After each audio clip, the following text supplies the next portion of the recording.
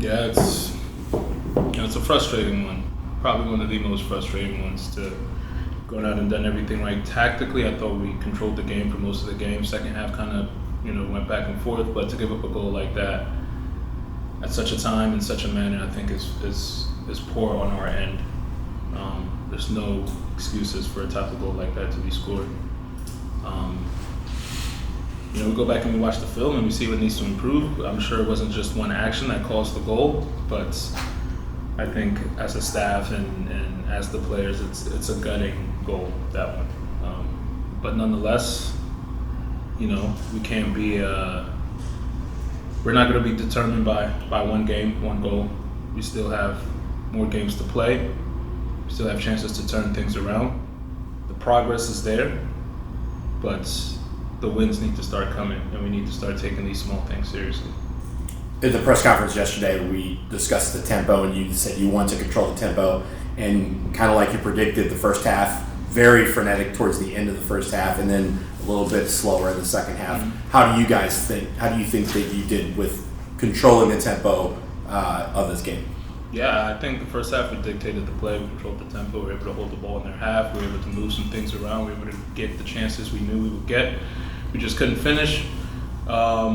Second half, they adjusted a bit, and I think with our 1-9 up top pressing against those center backs, it kind of gassed her out, which then gave the center backs time on the ball, which then they started to control the tempo a bit, and then it became a kind of back and forth game.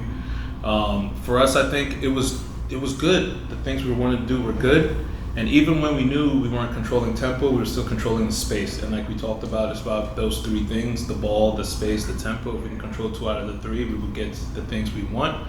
I thought that was fine. But there are moments where we need to improve in our focus, our technical quality, the giveaways that were not too simple of giveaways, which then forced us to not have control of the ball. And then, but for the most part, I think our game plan worked. I think our ideas worked.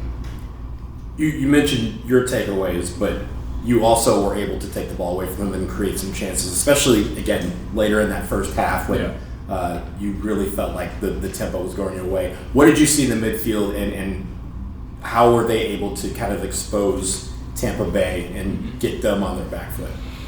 Well, with Katrina and Katie in the middle, you're putting 2 very smart players there.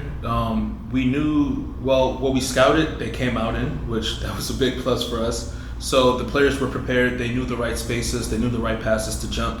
They knew the right players to isolate, and that worked very well. And I thought the players executed the plan very well, especially Katrina and Katie in the midfield, and Emily as well. So the thing then is just capitalizing on these turnovers. I think we need to improve on.